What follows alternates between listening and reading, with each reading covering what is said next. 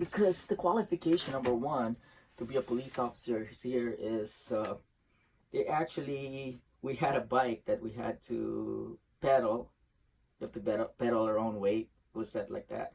That was it. That was the qualification. Unlike the other police department where you have to run a mile in about what 15, 12 minutes, 10 minutes, or whatever it is. These guys don't have that qualification, so it's really easy to be a hospital police department. And the academy is a joke, man. You know, even if you're so out of shape, you'll pass the academy. These guys don't, you know, I mean, put anything into being in shape, and it's weird because it's a lot of politics involved. There was a trainer there, one of the cadre trainer there, who was accused of harassment, and he was still, you know, able to teach the class and stuff, and that was I question that stuff. These guys are, a lot of them are uneducated, and they do a lot of stupid stuff. Like one of the hospital, one of the mentally ill patients stood up on top of the basketball court. I forgot which hospital it was. Was it Coalinga, I believe, or Napa? One of those things. You gotta look it up. It might be on YouTube. I'm gonna go look it up and maybe comment on it or something. Um, Stood up there. So these guys had this illegal guns with like those plastic pellets bullets that leave a mark and stuff, and they used it against this guy, and then they had like something on the bottom that would catch him. And let me fix this screen, just went off. And actually they shot the guy, and the guy went down, and it was very questionable, and I think they got in trouble for it, but I don't know how much trouble they got.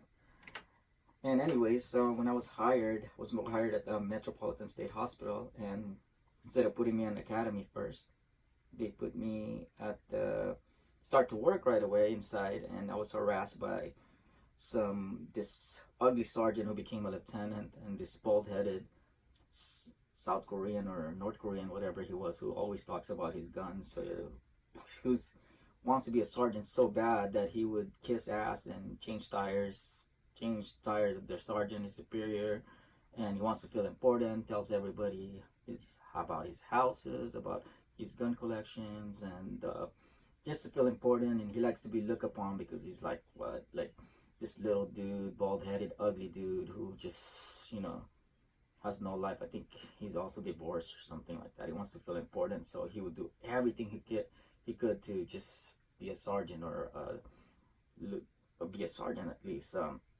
Well, anyways, one of this ugly lieutenant, you know, and maybe he's miserable because, you know, he doesn't like his life. You know, his wife bosses him around. Probably his wife is unattractive. Of course, I know he has kids.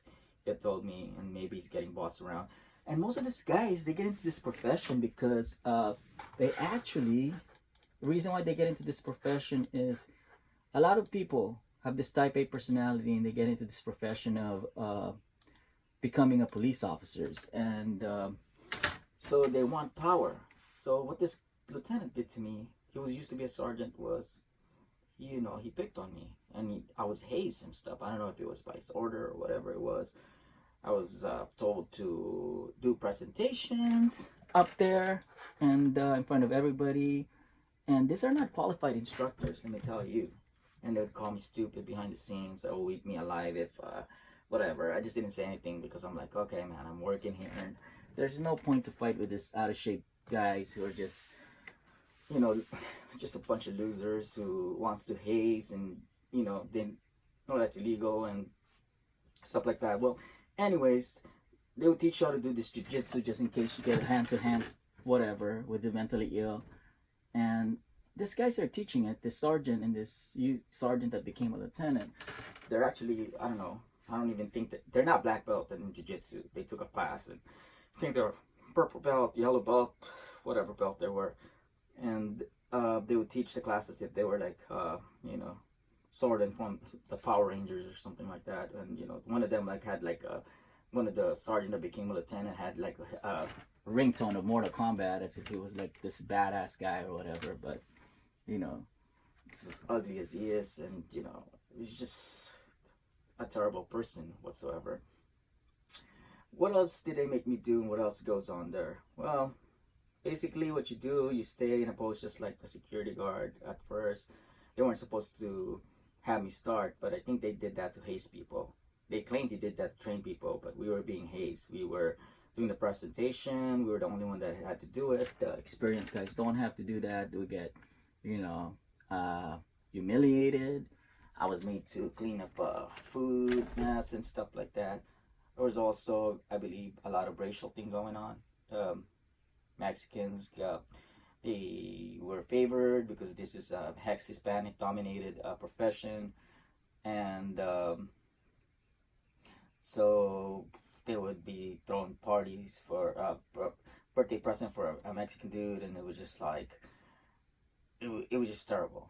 And I felt they had like a preferential treatment, and so that was one of the things that went on there. Another thing is when I got hurt and complained about, um, there was a bruising on my chest because the one of the sergeant that became a lieutenant didn't do his job. He was walking back and forth, and I filed for workers' comp, and things got worse, and I started to get haze more, written up every day, every single day, and stuff like that. This is what these guys do, you know. And what the thing that concerns me about this police officer's misconduct is the police misconduct they do is the way these things are set up. When I was there, I heard that they have their own. I saw that they have their own detective. So what ends up happening is if they've been on a patient and they investigate, it's very biased. They only convicted one out of like thousands that they investigate. That's what I heard and stuff. And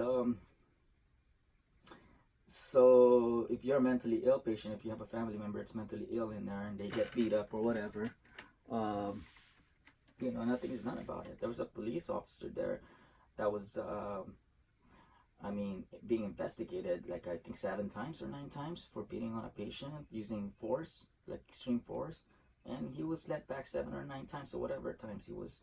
They're still working today and stuff like that. I'm worried about this mentally ill patient, and uh, so another point of me doing this, if you're ever hazed by these guys, they do something. Another thing they did to me is they set me up to lose my job, to be fired. They would set you up for something, you know.